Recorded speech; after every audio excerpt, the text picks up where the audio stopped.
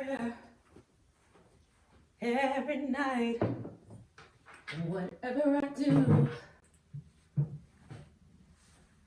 I'll get it right. With no regret, no guilt or shame this time. No, not this time. Once I surrender, I won't dare look back, because if I do, I'll get off track. Move ahead in faith and patiently await your answer. What will it be? Sight beyond what I see. You know what's best for me. Prepare my mind, prepare my heart for whatever comes. I'm gonna be ready, strength to pass any test. I feel like I'm so blessed with you in control. I can't go wrong, 'cause I always know I'm gonna be ready. Hey y'all, hey. Test, test. Girl, get your life together. Hey y'all, hey. Welcome back to another edition of the Cookout. I am Trika, and how you doing? Or, get in here, get in here, get in here. Say, Happy New Year, everybody. So if, and only if you are a person who celebrates holidays, Christmas, New Year's, the whole shebang, Merry Christmas and a Happy New Year. So for me, I have gone through this entire life, spiritual journey, up, down, changed my mind, searching for me, searching for God, searching for truth. And I don't necessarily believe in what they give us as the explanation of holidays, but I have come to a point in life where I really believe in energy. And so now when it comes to holiday seasons, I tap into the mindset of the people, and I try to engage in that energy and flow with that energy to manifest, right? So for instance, Christmas time, everybody is in a good mood. Everybody is positive. They're looking forward to gifts. They're looking forward to family. They're looking forward to holiday. So I like to engage in that energy. So now, like I have a good friend, she's a Jehovah's Witness, and I have only met phenomenal women who are Jehovah's Witnesses who have come to my home year after year consistently, no expectations, no pushiness. They come to my home to speak to me. We sit down, we talk, we cry, we read the Bible. And, you know, I went to visit the church based off of the people because I was just so impressed with these women's resiliency. Whether we agreed on everything or not, it was just the fellowship, the communion, and the intention. So one day my Jehovah's Witness lady came by, and there was pumpkins or something, scarecrows. I had scarecrows outside the front door, and we were having our conversation or something. And somewhere in that conversation, she said something about people and their holiday holiday decorations with pumpkins and stuff. And I was like, clock it, you know. And then I completely forgot. I text her Merry Christmas. And then I was like, oh, no, my bad, friend. And she was like, I understand. I said all that to say, in spirituality, they call it one thing. In the streets, they call it vibes. In the metaphysical realm, they call it energy. All I'm saying is trust it. So Happy New Year, because I am engaging in this energy of hopefulness, this energy of a fresh start. I don't necessarily believe in the calendars and times and things, but y'all, this is why I do stuff like this. I am trying to figure out the lies they told me, the truth somewhere in between, because every time I feel like something is true, then there's this other information, and it's going to really tie into what I'm talking about today. And today we are going to discuss what are we talking about? Today we are going to discuss so today we're going to discuss arrested development in men and cognitive dissonance in women and the cross combinations of the two. When I say arrested development, what do I mean? Okay, so here is the definition of arrested development. From birth to age 12 is the dependency and the ego is formed. There's a strong focus on self. Everything is all about me. And there is a worship of the unholy trinity. Me, myself, and I. Wants what he wants, when he wants it, and there is a huge sense of entitlement. At this stage, everything is all about the way he feels, right? Then you move into the next phase, 12 to 21. This is the hardest stage of adolescence. This is where you're supposed to be developing your adult characteristics and focusing on others. Love, respect. This decision is based on beliefs and learning how to deal with life. Most people have transferred their dependency from their parents to drugs, alcohol, sex, and even overeating. This is where the ego takes over and you arrest the development of the adults. So this is where they run back up to birth to 12 and continue to behave based off of the ego, selfishness, me, what I want, when I want it. And so one thing you have to remember is in these first 12 years, the ego has already had a head start on the adult, right? So this ego is set in its ways. It's set in dependency. It's set in wanting what it wants when it wants it. The problem that we run into is you have a society who has taught men that they get what they want from women. They have taught men that women are to cook for them, clean for them, be subservient to them, be their peace, be all of these things. Be their peace, raise their children, take care of their children, give them sex, do all of these things. And they have learned these things from society by the time that they are 12. So this is programmed into them. So when they get from 12 to 21, there's a halt because they run back up to the ego. That is why it is called arrested development, because it is put in handcuffs and their development is stopped. The ego can't deal with being angry. So you have a situation where we're becoming adults when we're 21 by age, but we're still arrested in the birth to 12 mindset. Here's the interesting thing. We take pieces of the adults to work and to school, so we are able to perform. But the second that you are off that clock and in that car, click, time to drink, time to cut somebody out, time to find a woman to transfer that energy, time to hop back into the ego. So we're able to maintain it. And I believe that's what was taught in school. School was to teach you how to work.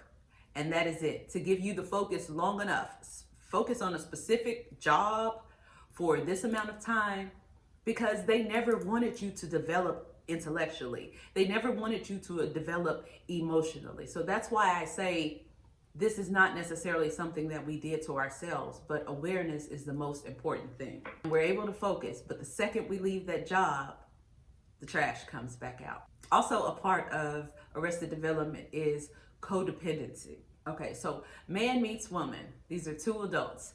And so that first 6 months to up to about 2 years, we are in the honeymoon phase, right? Everything is great. We are acting and behaving as adults. And then, boom, ego says, knock, knock, knock, come knocking. And we're like, don't come knocking at my door. Monica Missy, shout out. So the ego comes out and all the triggers start triggering. And now that one person's ego is out, now it's time for the other person's ego to come out. And so if his ego comes out and he's in birth to 12 and he's a 12-year-old, then when her ego comes out, she's in mother mode or her ego mode. And now we have a miscommunication problem. Now we have separation or divorce. Now we have podcasts, women, this podcast, men. The perfect storm. I believe that as a culture, and really, I believe as a country, as a world, that we have a huge miscommunication problem. And when I say we, I mean men and women. Now, I do speak a lot on the Black family, the Black culture, and the Black community because I am ultra Black. Sometimes I'm over Black. The opposite of Doja Cat. So I tend to lean into the Black community because I can speak firsthand as a Black person. I can speak firsthand as a Black woman. And I care about all of us as family. Now, even saying that, I grew up in West Texas and I went to school with majority white people. I went to a school where I was able to get an education that could almost be looked at as a private school education because 90% of the kids I went to school with were from private school. And you know, sometimes the rich kids could get to a certain age and culture and they see things going on outside and they're like, Mommy, I want to go to public school. So my school was full of children who actually spent most of their life in private school and was only in public school because they wanted to be. So they had the money to be in private school. And so our school had good teachers, had a good education system, and I saw a lot of things. And it wasn't until much further into my adulthood after coming out of school and being separate from that environment and being around majority Black people after school and those environments and going down those paths with those men and those clubs and those scenes and those TV shows and just kind of the separation, it's kind of given me this balance of the two worlds that kind of conflict sometimes. And it's taken me to even be an adult to really sit down and have the time to look at my personality. Because sometimes it would confuse me. I'm like, you know, I'm a red nigga, but I'm ghetto as shit. You know what I mean? It's like I had these in my mind conflict. Well, it wasn't in my mind, but I think my perception to other people, I think I was coming across as not necessarily who I said I was, because you'd speak to me on one topic, one conversation, you'd look at me and it'd be this, and then the next time you'd see me, I'd be in a club throwing them bowls, and, you know what I mean? But in hindsight, I'm really grateful for that balance and that mix because it has made me into the person that I am today.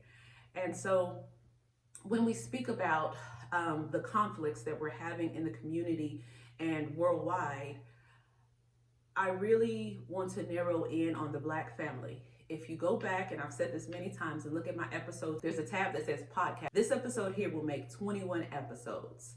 And I named it the Cookout because I wanted it to be a strategy place. I wanted it to be a place where Black people can come and talk freely.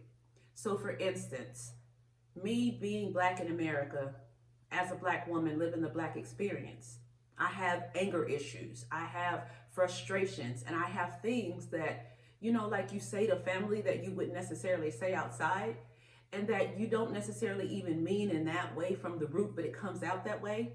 And until you've had time to heal and process those things, it could come across racist, right?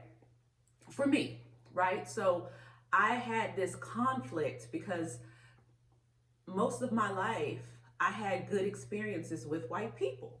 I worked in corporate America with white people and we had a good time. And I remember my life being successful and being happy. It wasn't until I made up my mind that I wanted to fight for other people.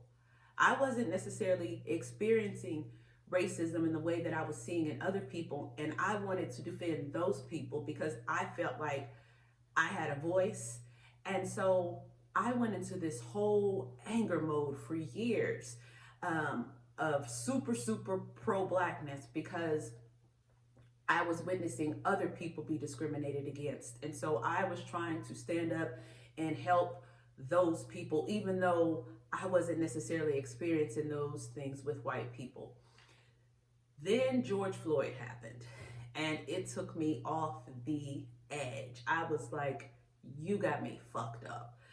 And it was ultra black, you know what I mean? And so I am grateful for that period. And I'm grateful to be in this perspective now, having gotten more information, having had the time to express that anger, having had the time to have that outlet, that time of frustration, that time of just being mad at all white people, right? And so I'm moving into an age and an era where I'm more open-minded because I can see the bigger picture, but I still have this conflict because it's trauma, right? And so Muhammad Ali said it one time, and it really resonated with me. He said, if I open that door right now and a bunch of snakes come rushing towards me, I'm not gonna say, I know there's one good snake in there. I'm just gonna shut the door and close out all the snakes. And so that's kind of how I've been living my life. But I must admit, I've been having some cognitive dissonance because I have had not so good experiences trying to be the defender of Black people. They seem like they don't want my help. And so I have suffered a really long time moving to Dallas and experiencing a completely different environment where I live in a neighborhood that is majority Black, that I did intentionally because I wanted to be in a Black community. I wanted to be in a community with the Black-owned businesses. And so I made these huge life decisions to be in this neighborhood, to be in this community, to be around Black people, because I came here thinking, this is where the movement is going to be. Like, this is where the Black people are. We're going to band together. We're going to stand up for our rights. We're going to have Black excellence. And I just wasn't having that experience, me personally. The jobs that I was going to, the community, the people that I was just running across had it down on paper, had it down in optics. They looked pro-Black. You go to their pages, you go to their events, and the speeches were Black, and it was this. But when I was behind those doors, working in those places, it felt more like fame. It felt more like cults, fraternities, black bourgeoisie, gatekeeping. That's what it felt like to me.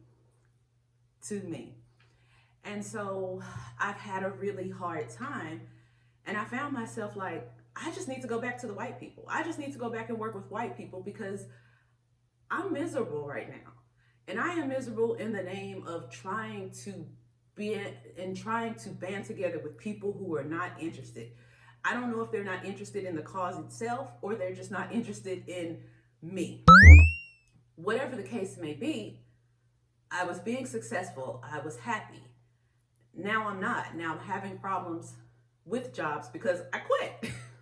Not because I was being fired. I quit. I was just like, this ain't it. I'm not a fraud. I'm not a fake. And I would quit.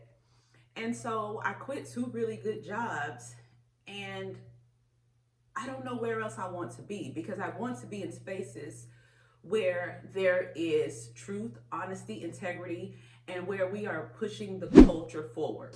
And so up until present date, I have just not found that. Then when everything happened with my son, and you can refer to other videos to catch up on what happened with my son, my perspective in life completely changed. And now I'm in a space where I absolutely can only do things that matter. I can only do things that have a purpose, because when you lose a son, when you lose a child, for me, nothing else mattered.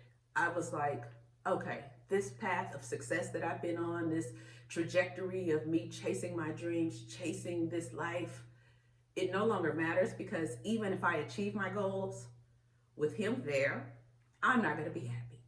So now I'm in a space where I need purpose. I need to be doing things that matter because otherwise, none of this matters to me. So it has got increasingly more important for me to find those people who are not perfect, but have pure hearts, pure intentions, and who really want to do something to make an impact. My goal is to leave every environment that I come into better than the way I found it. And in my book, Sacred Pause, I say, my goal is to be a woman who woke up, but not only did I wake up, I stayed awake, also leaving the light on for others. So that is my goal, that is my purpose. Those are the people that I am seeking out. I'm also a fun-loving girl. I like to I have these two sides. So back to the cognitive dissonance. So since we've already been discussing my paradox mindset, right? We can go ahead and talk about cognitive dissonance and why I feel that we are having such a hard time communicating so we can get on this page and rebuild the Black families and be successful. So cognitive dissonance is when you have two different beliefs and it creates a dissonance, right? It creates an off balance.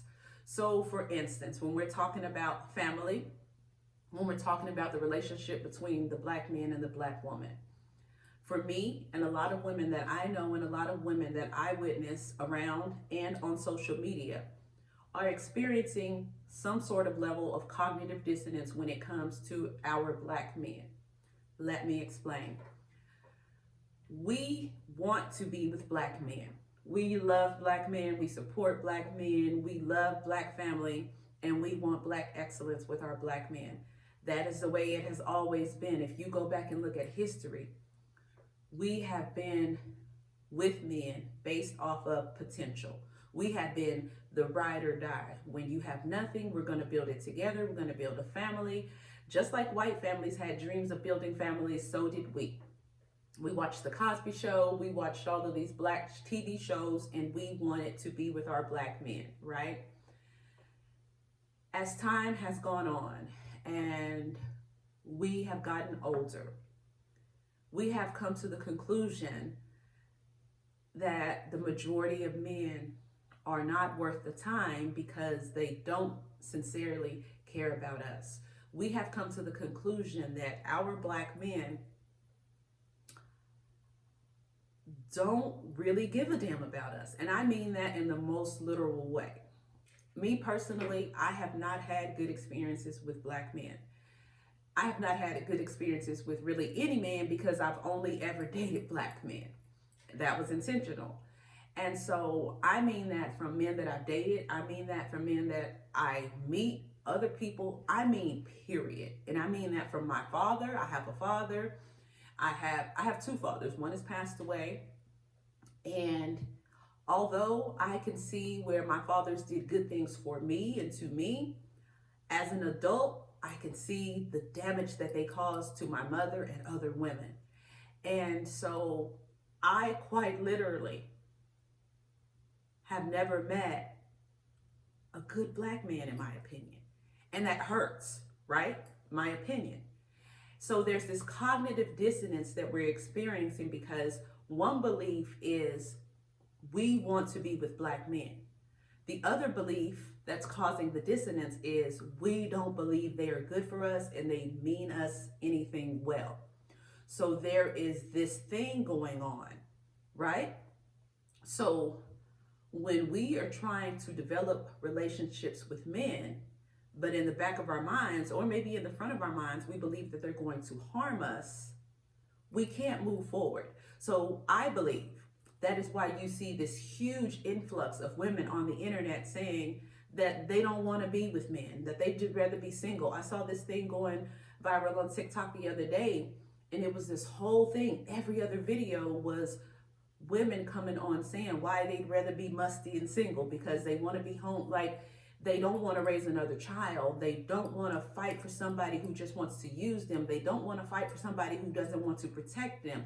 And so it has kind of gotten to a point where having a man, there was this huge article written too where it says having a man is now embarrassing, because the flex for other women used to be, the bare minimum was, at least I got a man. And so we would actually flex on each other, go through hell and high water, this competition, just to say we had a man, and that would be enough. Like I said, as time has gone on, women have just said, you know what? I'm looking at the balance and it doesn't really, the math ain't mathing.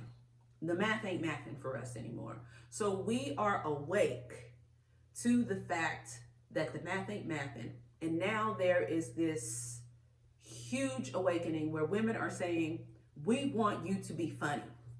We want you to have a good personality. We want you to have a good heart.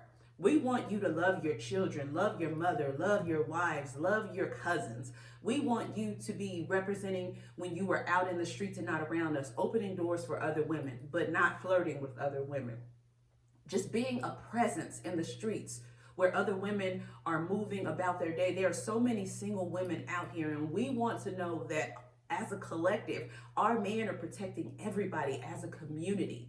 So when you see something or someone disrespecting a Black woman, even though you don't know that woman, you will feel inclined to step in and defend and say that's not okay. You will lead by example and show other young men, even older men, that you should be taking care of women and respecting women. I don't care if she's half naked. I don't care all these things, because at the end of the day, we all have trauma. The big elephant in the room that we are not discussing is the entire community needs some sort of therapy or healing. Now, therapy is a whole nother different discussion. I believe it's useful when it is, but we all need some type of healing. You ever hear the term hurt people hurt people? That is what's happening. Men are hurt, women are hurt, and we are hurting each other. So there is this cognitive dissonance going on with the women. Now, on the flip side, I believe we have a case of, and I'm not a doctor, but I read a lot, I study a lot, and that's what going to college is: reading, studying, taking tests. So take it or don't. You have men who are in their 40s, 50s, 60s, 70s, and 80s, I've seen, who are still stuck in the middle phase of 12 to 21. And so you are having women who are in relationships with full adult men babies. We don't want to be in a relationship with our son. And so if these men are having arrested development where they're not developing past 21, it's not necessarily even their fault too, because as a whole, when I said we all hurt people, we have all been in survival mode, right? We haven't had the luxury to see where we have arrested development, where we have cognitive dissonance. And so what we do is we are able to manage it for a little while. The thing about it is cognitive dissonance can also cause physical discomfort, because you are tussling with this mental state, and it makes you uneasy, it makes you uncomfortable, it makes you irritable, because you are trying to resolve this issue that is taking place inside of you. So now that we have discussed what I believe to be the cognitive dissonance in women, because we really want to be with Black men and we really want Black families, but we no longer believe that they are good for us or safe for us. And then we have a lot of men who have arrested development, who are 40s, 50s, 60s, 70s, 80s, but really 12-year-old men. We have a problem. Now, like I said, I'm not a doctor, and this is me explaining this to the best of my ability, to the best of my understanding. But I say all this with the best intentions, because even if I'm not right, I'd like to have these types of conversations so we have an awareness that there is a problem, that we didn't necessarily create the problem by ourselves, but it's not going to fix itself either. And so we, in order to create a better world, must first sweep our own front porch and create a better family within our four walls, within our communities. And so I believe that it is really time for us to heal, for us to really want to heal, for us to really want to change, for us to really want to be better. And it is going to take us dealing with our trauma. Being Black in America and worldwide has been a traumatic experience. We have suffered, our ancestors have suffered, and we have watched our children suffer. That is a real thing. Trauma is a real thing. And until we address these traumas, we are going to be continuing to run around in circles, which is what the system wants. They want us in repetitive, broken, traumatic cycles. That's why they give us so many distractions. And so if we're not going to continue to just waste our breath and waste our time, if we want to get out of the rat race, if we want to get off the treadmill, we are going to have to discuss these things. And I see so many men who don't necessarily know I think this way or talk this way when they talk to me. And when women like me say something, or when I see them overhear a woman like me or reference a woman like me, there's like, oh, that kind of woman. And I'm like, excuse me, I'm that kind of woman. And what they're referring to is that healing stuff. Because us being unhealed benefits them. Us being accustomed to the system that says we want to get married against all odds and we're going to fight every other woman that there is just to have any piece of man benefits them. And so I'm asking the men to step up. And when you see women like me or hear women like me talking all this healing woo-woo, it's because we love you and we want you. You ever hear the term, when women stop talking, now you're in trouble? As long as we're out here on these podcasts and in these streets talking about this healing and talking about this stuff, you still have an opportunity. But I'm seeing a lot of women get to the point where they want to stop talking. And it really makes me sad because we want to be with Black men. So if we are out here reading these books, reading these articles, jumping on these podcasts, not even knowing fully the extent of it, not even knowing, but we're trying. When you see us doing these podcasts, doing these videos, we're not professing we're 100% right, but we are aware that we need to heal. And if we're going to heal and you're not even going to try, we have no fighting chance. And if we have no fighting chance, our children have no fighting chance. I have a grandson. I want my grandson to have a fighting chance. I want my great-grandkids to have a fighting chance. I want my kids to have a fighting chance. And so we are asking you men to join us in the conversations about healing and to acknowledge that marriage has not been beneficial for women and that we want to come to the table and discuss this thing, get it right, and heal our families. Because let me tell y'all something. We get this thing together, life can be so good. As I mentioned before, I am from West Texas. And one thing I'm going to tell you about West Texas is it is oil territory. And I have had the luxury of watching people who have never had nothing. Men who are criminals, men who have records, men who have all kind of backgrounds, who would never have been able to make $100,000, $200,000 a year and more, come to West Texas and get in this oil field and now have access to this kind of money. I have watched men buy homes, buy cars, trips, traveling, working in the oil field. This is not only Black men, this is Hispanic men, Asian men, Black men, white men. And what I noticed is that when everybody has money, when everybody can take care of their family, everybody is happy and everybody gets along. We would be at barbecues, we would be in bars, we would be all hanging out, having a good time, a good mixed time. You could come into West Texas and go to any steakhouse, any bar for miles. And when you walk in, you would see Spanish, Black, Latino, everybody drinking, everybody having steak, everybody laughing. You'd go to these country bars and these clubs inside these hotels. We'd be dancing to Selena, we'd be dancing to Nelly, we'd be dancing to hip hop, we'd be dancing to Tejano, we'd be dancing to country, all together because everybody had money. And if everybody has an opportunity to heal and move forward and have money, y'all, we can have a whole new world. We are going to have to fight the system in more ways than just protests and marches and the same old. If you want different results, you have to try something new. You have to try something new. The definition of insanity is doing the same thing over and over and over, expecting different results. We're going to have to get to the root of the problem.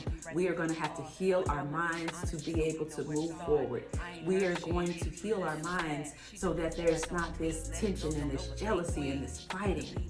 Because when we are in a healed space, now we all can move forward and have things, and that's the goal. This country, this system has it set up where there are the haves and the have-nots. And if you're going to change your life, you have to change your mind first. I don't care what course you take. I don't care what job you get. If you have stinking thinking, it's not going to last. That's why you see so many people who have had money and have gone broke. We have to heal to move forward. Then we can sustain success and we won't be fighting each other. We will be helping each other. So this was a little all over the place, but fuck it. Happy New Year. Happy New Year. Thank you for joining me here this year. I want to say thank you to all my new subscribers. I am trying to find my way into figuring out what content I want to cover each time I come and see you guys, because I want to give positive content. I want to be something that is fighting with the algorithm of negativity. It's easy for me to jump on here on these hot topics and down people and talk about people, and I really, really try not to do that. I really try to be a positive representation as a Black woman, as a person, as a human being in general. But it is tempting to get on here and just say stuff.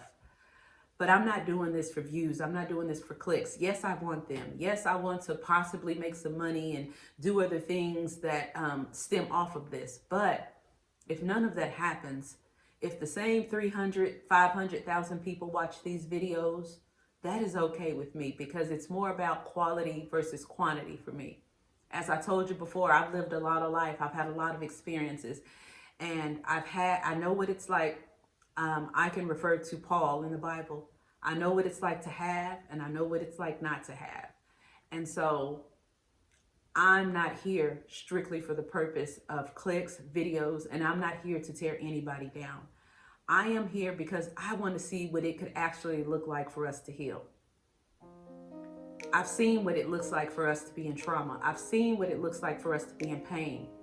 I have this huge, vivid vision of what would that be like? Because when we all get together, when we're hanging out for holidays, when we're in the club or wherever we're at, when we find those moments where we're connecting, when we're happy, it is the best feeling. It is the best time. Black people are so amazing at their best. And I want an opportunity to see the mass majority of us at our best. I just want to see it. And that's how I live my life. Hopeful, prayerful. I want to see it.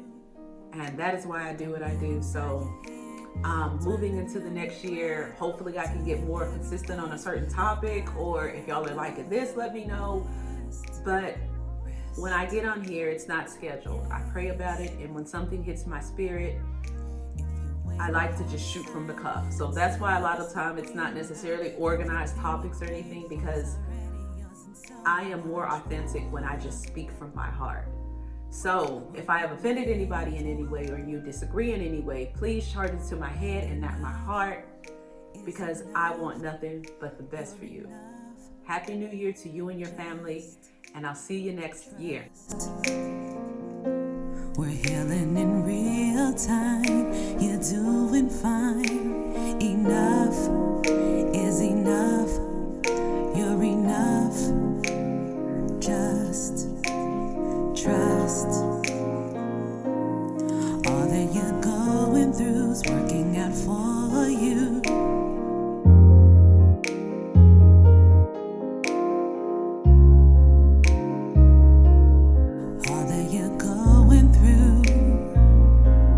is working out